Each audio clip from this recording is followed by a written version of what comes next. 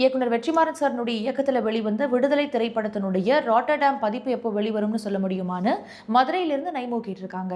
விடுதலை திரைப்படத்தினுடைய ரோட்டர்டாம் பதிப்பை வெளியிடுவதாக வெற்றிமாறன் எங்கேயாவது சொல்லியிருக்காரா? சார், எல்லாருக்கும் எல்லா இடங்கள்லையும் வாய்ப்பு கிடைக்கிறது இல்லை இல்லையா? அப்படி இருக்க அவங்களுடைய மனநிலை பாதிக்கப்படாமல் இருக்க இந்த துறையில் இருக்கிற ஒரு அனுபவசாலியா உங்களுடைய அறிவுரை என்னன்னு அனகாபுத்தூர்லேருந்து வினோத் கண்ணா கேட்டிருக்காங்க. திரையுலகிலே இருப்பவர்களும் சரி, திரையுலகிலே அடியெடுத்து வைக்க வேண்டும் என்று நினைப்பவர்களும் சரி, ஒரு விஷயத்தை தெளிவாக தெரிந்து கொள்ள வேண்டும்.